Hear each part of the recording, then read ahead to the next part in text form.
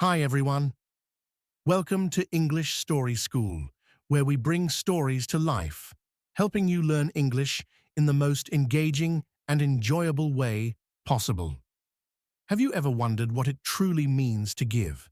Not just to share what you have, but to give selflessly over and over again, without expecting anything in return. This story, simple yet profound, has touched the hearts of millions around the world. The Giving Tree. In our fast-paced modern world, the idea of giving often gets overshadowed by the pursuit of more wealth, more success, more recognition. But there's a timeless story that challenges us to rethink what it means to give, to love, and to grow. In this comprehensive guide, we'll dive deep into the layers of this beloved tale. We'll explore its themes, characters, and the powerful lessons it offers. Along the way, we'll uncover the roots of its wisdom and the branches of its influence on generations of readers. Let's begin by revisiting the heart of our tale, The Giving Tree, penned by the multifaceted artist and writer Shel Silverstein. At first glance, The Giving Tree might appear to be a straightforward children's story, one that can be read in a few short minutes. Its language is simple, its illustrations minimalistic. But as we peel back the layers of this seemingly uncomplicated narrative, we uncover a profound exploration of the human experience. The story transcends its modest form, offering insights into the nature of love, sacrifice, and the passage of time that resonate deeply with readers of all ages.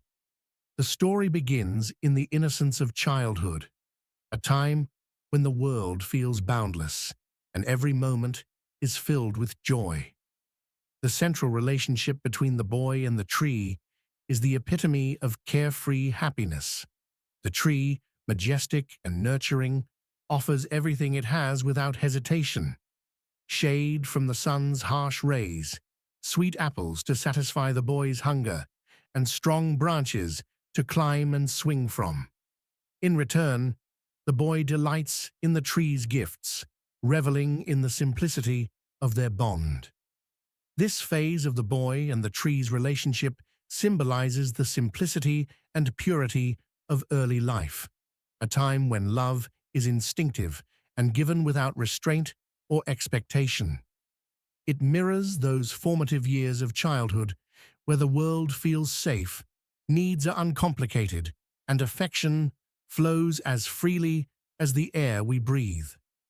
In these early moments, the boy's connection to the tree is rooted in sheer, unfiltered joy. He doesn't come to the tree with demands or ulterior motives. Instead, he seeks its companionship simply because being near it fills him with happiness. The tree, in turn, offers itself generously, asking nothing in return. Its branches stretch wide to provide shade, its leaves rustle gently to create a calming symphony, and its fruits fall freely into the boy's hands. Every element of their relationship feels effortless, like the warmth of sunlight that bathes the world without effort or discrimination.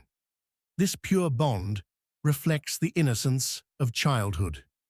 Children in their early years experience love in its most organic form, unconditional, free from judgment, and without the complications that life introduces later. A child doesn't love their caregiver, sibling, or friend because of what they can provide materially or emotionally. Instead, love is felt because of the simple joy that comes from shared moments of connection. Similarly, the boy loves the tree because it's a source of fun and fulfillment in its most basic form. The tree represents a figure of unwavering, unconditional love, much like a parent, grandparent, or guardian might in real life. It doesn't expect anything from the boy. It doesn't demand gratitude, reciprocity, or acknowledgement. Instead, the tree gives its shade, fruit, and presence with the quiet satisfaction of simply being able to provide. This reflects the nature of love in early life. As children, we are often the recipients of care, affection, and attention without even realizing it. Adults around us, parents, teachers, or caretakers, often pour their energy and love into our well-being without asking for anything in return. The tree embodies this kind of silent, nurturing love that exists in the background of our early lives. This stage of their relationship is also a beautiful metaphor for the untainted wonder of childhood. Children view the world through a lens of curiosity and excitement. Every experience, from climbing a tree to picking its fruits, feels like an adventure. The boy's relationship with the tree mirrors this sense of discovery and joy. When he swings from its branches or sits beneath its canopy, he isn't burdened by the stresses or responsibilities that adulthood brings. Instead, he is fully present, lost in the moment, and utterly content with the world around him. In the story, the simplicity of the boy's needs, climbing the tree, eating its apples, resting in its shade, echoes the uncomplicated desires of childhood. Children rarely seek material wealth or status. Instead, their happiness comes from the smallest things: play, exploration, and the comforting presence of those they love. Similarly, the boy doesn't want anything from the tree other than its company and what it can naturally offer. As we reflect on this part of the story, it becomes clear that the relationship between the boy and the tree represents a universal truth. Childhood is a time of abundance, not in material terms, but in emotional wealth. Love is given freely, and the world seems full of possibilities. Needs are simple: laughter, play, and connection. The tree's love is as effortless as the sunlight filtering through its leaves, nourishing everything around it without any conscious effort.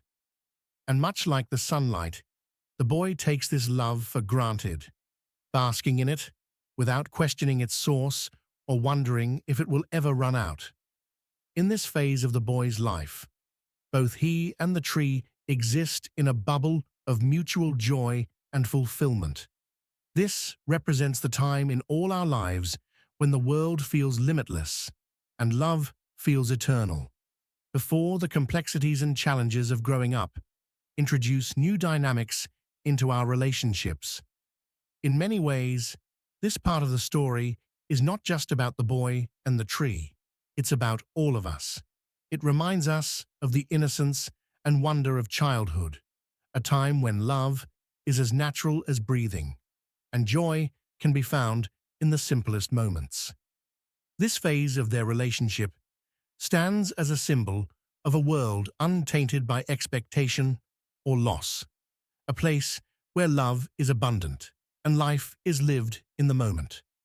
In these early years, the tree's generosity knows no bounds, and the boy's happiness is complete. It's a time when both are fully engaged in the moment, blissfully unaware of the changes that time will inevitably bring. The tree's role as a giver is emblematic of the nurturing figures in our lives: parents, guardians, or mentors who provide for us without asking for anything in return. For the boy, the tree represents a source of comfort, security, and endless adventure. But as time marches on, the boy grows older, and with that growth comes change, a change in needs, desires, and priorities. The carefree days of childhood give way to the more complex demands of adulthood.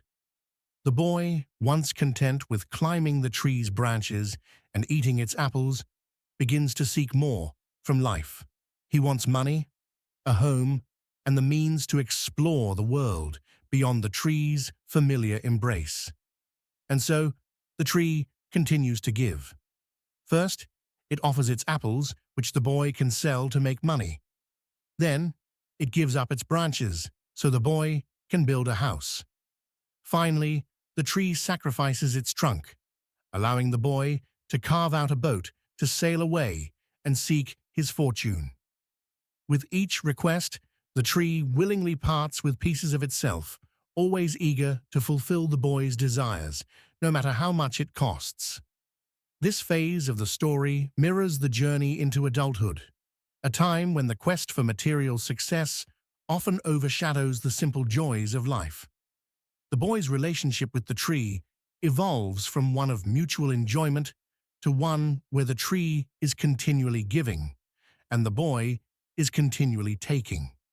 The innocence of childhood fades, replaced by the complexities of growing up, where love becomes entangled with expectations, responsibilities, and the pursuit of personal goals. Here, Silverstein touches on the bittersweet reality of life's progression. As we grow, our relationships with those who once provided for us can change. The boy's increasing demands reflect the pressures and desires that often accompany adulthood: financial stability, a home, the pursuit of dreams. But as the boy takes more from the tree, the story also raises questions about the cost of such pursuits. What are we willing to sacrifice in our quest for success?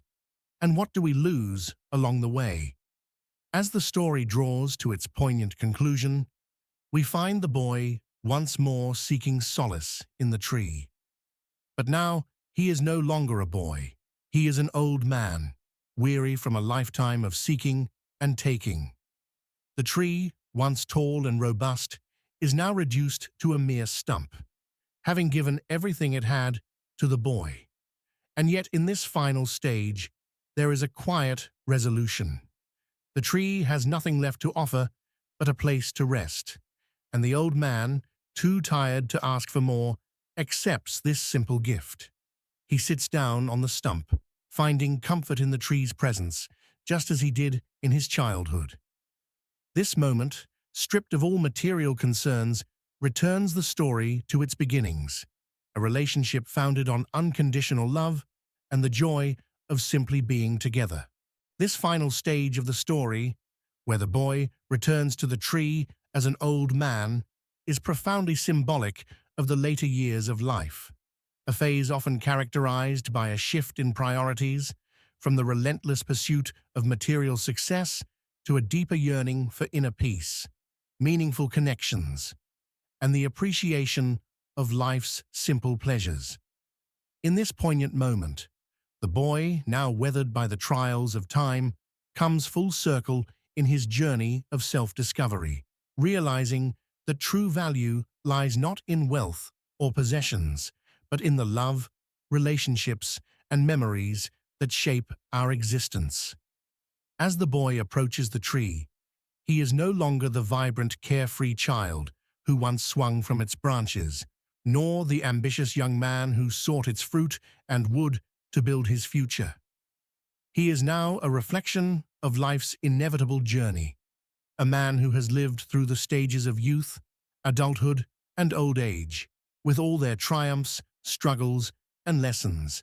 His body may be frail and his spirit weary, but his return to the tree signifies a deep, universal truth: that in the twilight of life, we often seek solace in the places and relationships that once brought us joy, comfort, and a sense of belonging.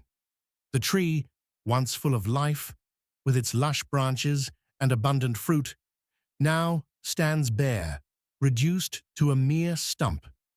Its journey mirrors that of the boy, a being who has given everything it had without hesitation to serve and nurture another. Over the years, the tree has provided shade, fruit, wood, and companionship to the boy, selflessly offering all it could until there was nothing left to give.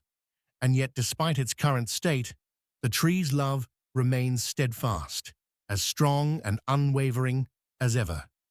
Even as a stump, with no more material gifts to offer, the tree welcomes the boy with open arms, happy to simply provide a place for him to rest. This stage of the story resonates deeply because it reflects the natural arc of life. In our youth, we are driven by ambition, eager to achieve, acquire, and conquer. We seek success, wealth, and recognition, often believing that these material gains will bring us happiness and fulfillment. But as we age and experience the complexities of life, we come to realize that these external markers of success, while important, are not the true sources of lasting contentment. Instead, it is the relationships we cultivate, the memories we create, and the love we share that hold the most meaning. The boy, now an old man, embodies this realization. He no longer seeks material gain. He does not come to the tree for fruit, wood, or resources. He comes seeking something far more profound: peace, connection, and the comforting presence of the tree, which has been a constant in his life. The tree's role in this stage of the story is perhaps its most powerful. Even though it has nothing left to give in a material sense, its love for the boy remains as boundless and selfless as ever. This reflects the idea that true love, whether between family members, friends, or even nature and humanity, is not transactional. It does not depend on what one can give or receive. Instead, it is a deep, abiding connection that persists through time, even when all tangible resources have been exhausted. The tree's love is the ultimate expression of selflessness, a love that asks for nothing in return and continues to give, even when there is nothing left to offer but companionship. This concept of selfless love is one that we often encounter in the later stages of life.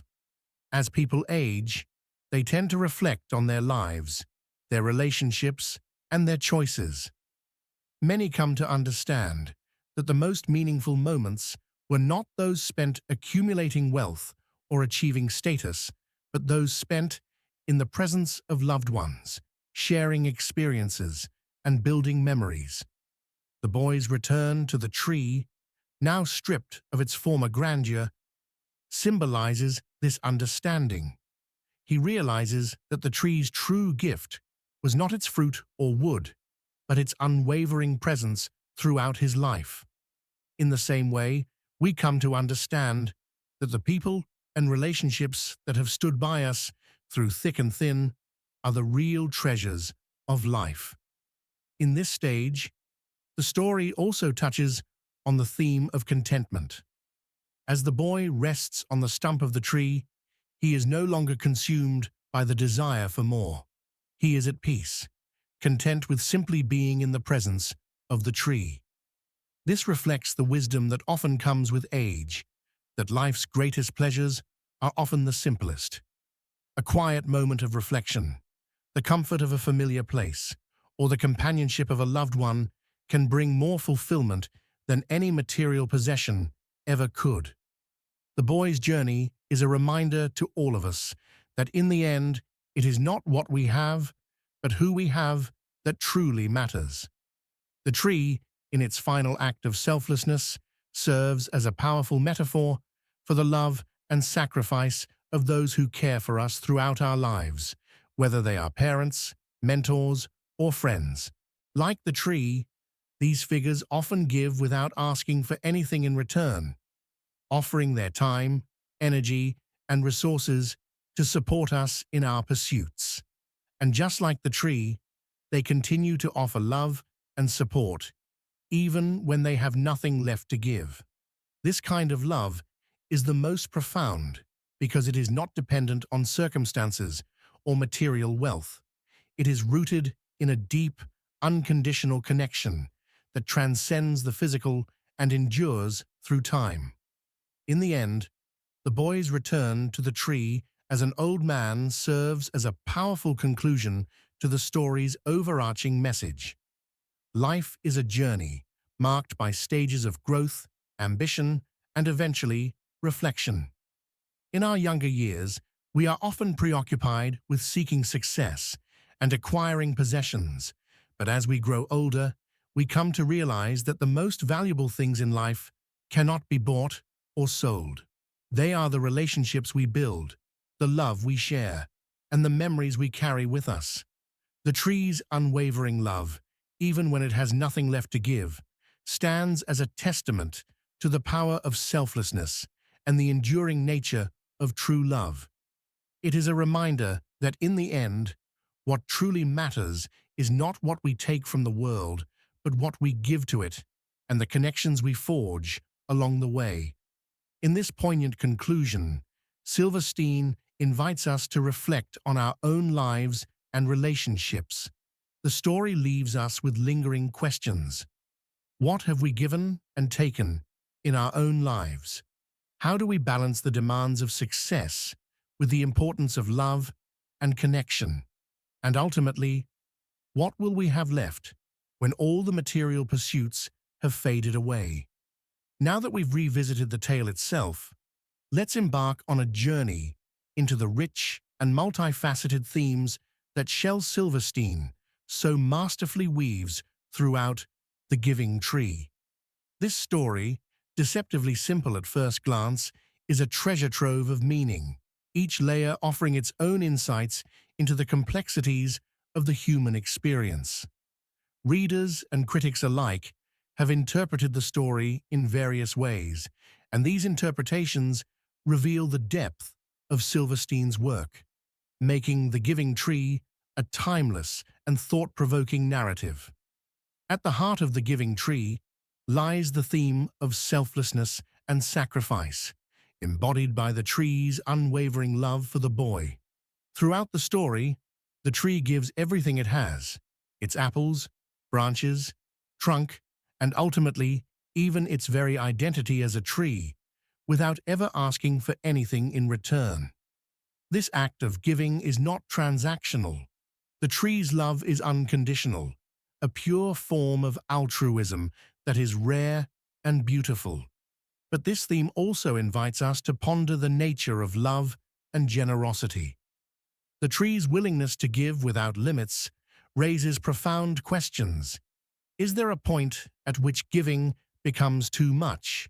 Can love be so selfless that it leads to self-destruction? The tree's sacrifices, while noble, leave it reduced to a stump, a mere shadow of its former self. Yet, it remains content in having fulfilled the boy's needs, no matter the cost to itself. This exploration of selflessness prompts us to reflect on our own relationships. How often do we give without expecting anything in return? And conversely, how often do we take without considering the impact on those who give to us? The tree's boundless generosity challenges us to think about the balance between giving and receiving in our lives. It encourages us to examine the motivations behind our actions. Do we give out of love, duty, or expectation? And how do we respond when others give to us? The theme of sacrifice also touches on the idea of parental love, where parents often give everything they have to ensure the well-being of their children. The tree's sacrifices can be seen as a metaphor for the sacrifices that parents make, giving up their time, energy, and resources to provide for their children's happiness. But the story also hints at the potential for imbalance in such relationships, where one party gives endlessly while the other takes without reciprocating. Another profound theme in The Giving Tree is the cycle of life, with the story mirroring the different stages of human existence, from the carefree days of childhood to the complexities of adulthood and the reflections of old age. The boy's journey through life represents the universal experience that we all share. Each phase of the boy's life is marked by different needs, desires, and priorities, and the tree's role evolves to meet these changing demands. In the beginning, the boy and the tree share a simple, joyful relationship, full of play and mutual enjoyment. This stage symbolizes the innocence and wonder of childhood, where life is uncomplicated and happiness is found in the smallest of things. The tree's role as a provider of shade, fruit, and entertainment reflects the nurturing presence that supports us in our early years. Whether it's a parent guardian, or another figure of care. As the boy grows older, his relationship with the tree changes, reflecting the transition into adulthood. His needs become more materialistic, and the tree responds by giving more of itself, its apples, branches, and trunk. This stage of the story represents the pursuit of independence and success that characterizes much of adult life. It's a time when many of us become focused on building our lives, pursuing careers, accumulating wealth, and striving for personal achievements. But adulthood also brings complexities and challenges. The boy's increasing demands from the tree symbolize the pressures of modern life, the constant desire for more, the pursuit of success at all costs, and the tendency to take for granted the things that sustain us. The tree's sacrifices during this phase raise questions about the cost of our ambitions. Are we, like the boy, so focused on what we want to achieve that we fail to appreciate what we already have? Finally, in the story's poignant conclusion, the boy, now an old man, returns to the tree, now a stump, with no more demands, only seeking a place to rest. This final stage symbolizes the later years of life, when the quest for material success often gives way to a longing for peace, reflection, and the simple pleasures of existence.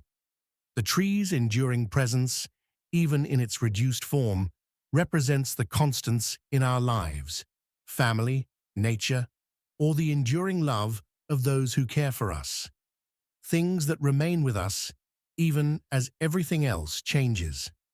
Perhaps one of the most striking themes in The Giving Tree is the contrast between consumerism and contentment. The boy's journey is a reflection of the modern pursuit of material goods, a quest that often leads to an insatiable desire for more. As the boy grows, his demands on the tree increase. First, he wants money, then a house, and finally, a boat to sail away. The tree, in its love, gives everything it has, but the boy's satisfaction is fleeting. He always returns, asking for more, until there is nothing left to give. This theme is a commentary on the human condition in a consumer-driven world. The boy's constant quest for more mirrors the way many of us live our lives, always striving for the next big thing, whether it's wealth, status, or possessions. Yet, as the story shows, this pursuit can leave us unfulfilled, always searching for something that seems just out of reach. The tree's selfless giving stands in stark contrast to the boy's relentless taking, and this dynamic raises important questions about the balance between wanting and needing. At what point does our desire for more become harmful, both to ourselves and to those around us? The boy's inability to find contentment reflects a broader societal issue, where the constant pursuit of material success often overshadows the simple joys of life, such as relationships, nature, and inner peace. In the end, the boy, now an old man, finds that what he truly needs is not wealth or possessions, but the simple companionship of the tree, even in its reduced state. This realization speaks to the idea that true contentment comes not from accumulating more, but from appreciating what we have and recognizing the value of the intangible, love, connection, and the beauty of the natural world. The Giving Tree thus serves as a powerful reminder of the importance of balance in our lives. It encourages us to reflect on our own pursuits and to consider whether we are truly content with what we have, or if we are caught in a cycle of wanting more. The story challenges us to think about what really matters in life and to find fulfillment in the simple, enduring things that often go unnoticed. One of the most debated aspects of The Giving Tree is its moral implications. Is the tree's selflessness admirable, or is it a cautionary tale about the dangers of giving too much? The boy's character has also been scrutinized.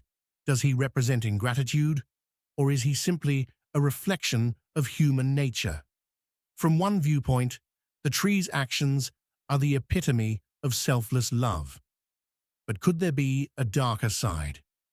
Is the tree enabling the boy's selfishness? This raises important questions about the balance between giving and self-care. The boy's character is often seen as selfish, taking without giving back. However, another interpretation suggests that the boy's actions reflect the natural progression of life, starting with dependence in childhood, moving to independence in adulthood, and eventually returning to dependence in old age.